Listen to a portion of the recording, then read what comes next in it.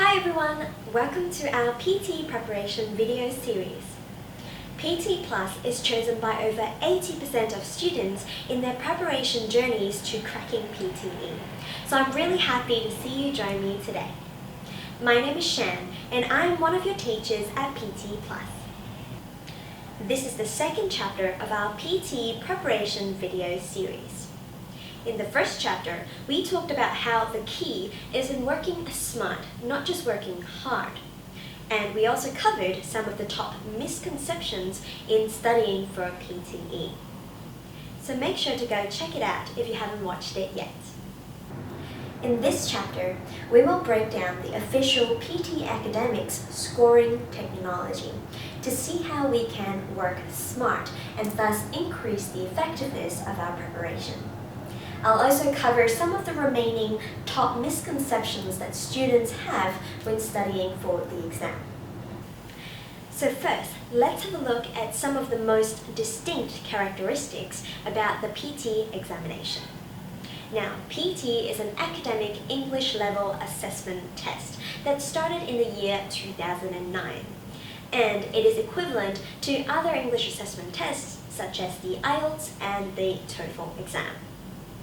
But in comparison to the IELTS, which was founded in the year 1980, and to the TOEFL exam, which was actually released even earlier in about 1964, the PTE exam employs a new generation of examination technology.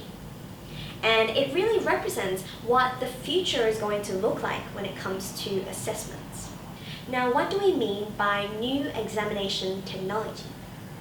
There are three core aspects. Number one, the PTE exam employs a randomized test form.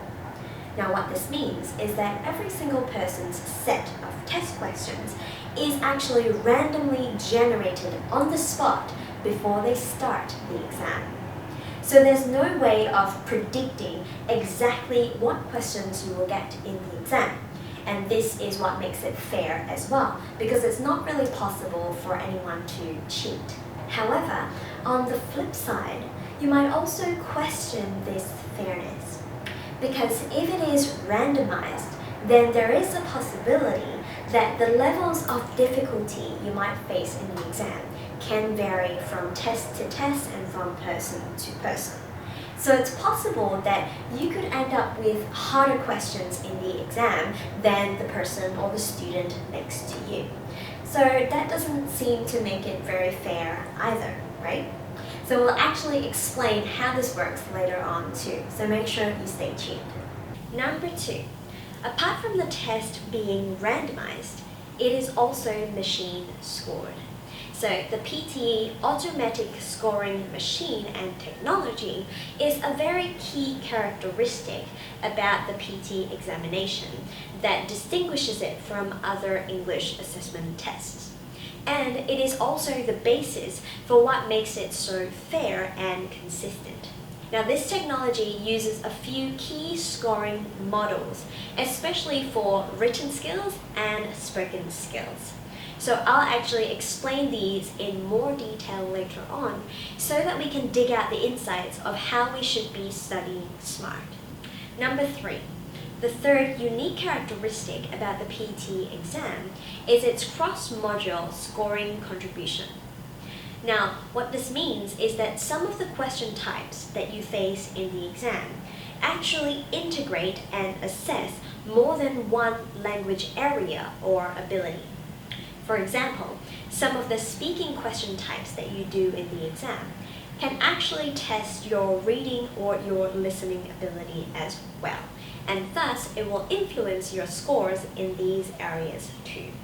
So there is this cross-module sort of influence that is unique to this PTE examination. We'll actually break this down later on as well to see how it works and how it gives you your final score. So now, let's go back to take a closer look at PTE's automatic scoring technology. And before I mentioned two key models, one for written skills and one for spoken skills. Now, the scoring model for written skills is called the Intelligent Essay Assessor, and it basically uses this language processing technique called latent semantic analysis, or the LSA. And this technique was developed about 50 years ago, so it is quite well established. And now, basically what it does is that it takes your essay and it breaks it down into over 200 different dimensions. And through these dimensions, your essay is being compared to the massive data set that PTE Academic has of high-scoring sample essay answers. And through this comparison, this is how the machine then understands and processes your essay and thus generate your scores for you. So with that said, this actually gives us a very important tip for PTE essay writing, which is that in your essay, don't try to be too creative, to think outside of the box to come up with brand, fresh new ideas. Instead, stick to the most standard, typical, obvious arguments and answers, and even the most standard writing styles and writing formats and ways. Because if you're a bit too creative, your answer won't match up as well to the base data set that you're being compared to.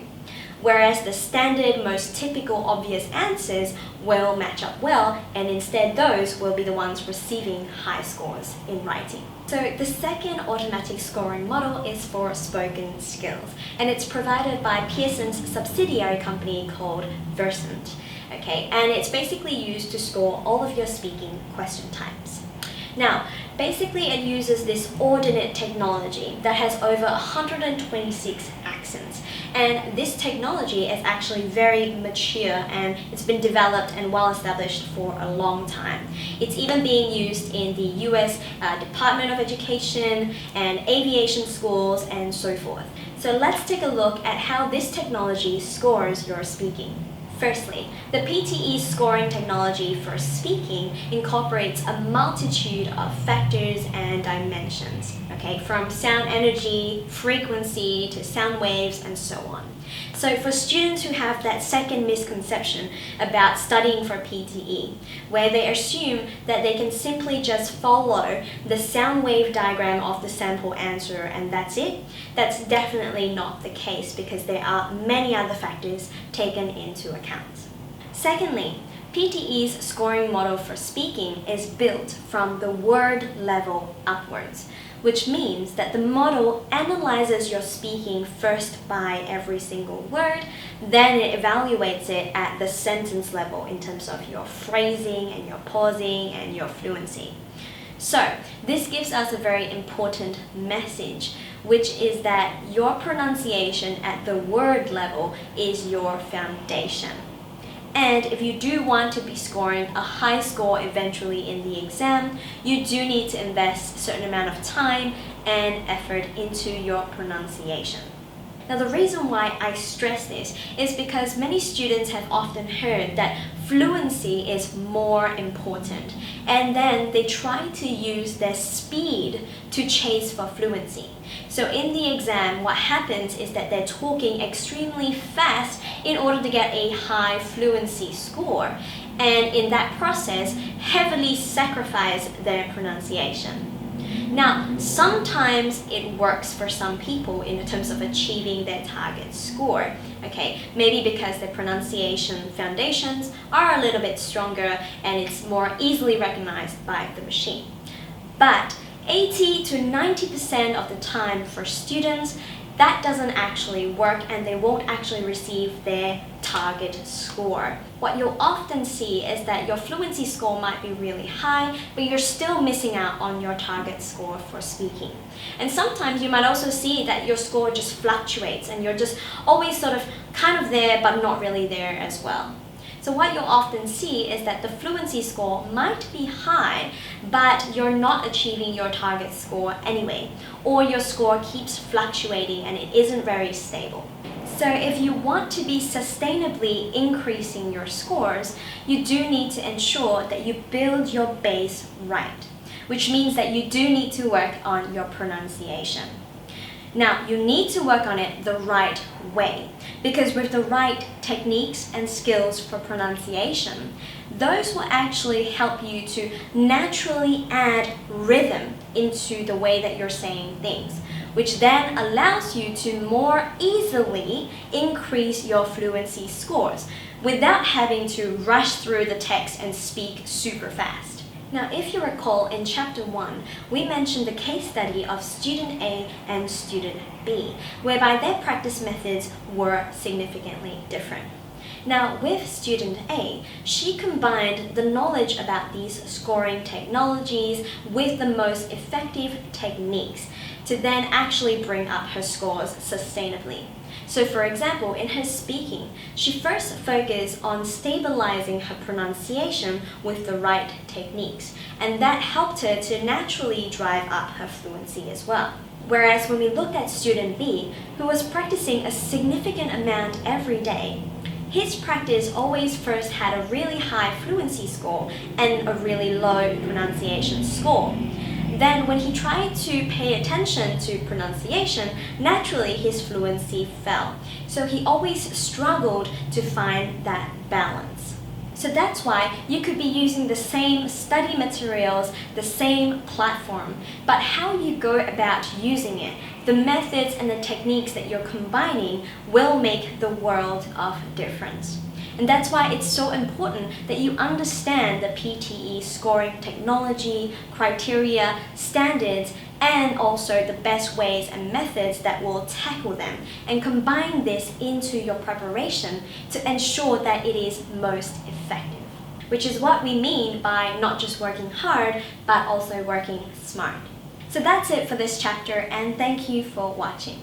Now in the next chapter, we'll also be looking at how the PTE scoring models come together to give you your final scores in the end. And we'll also cover some of the remaining misconceptions that students have about the PTE exam. So I'll see you again next time.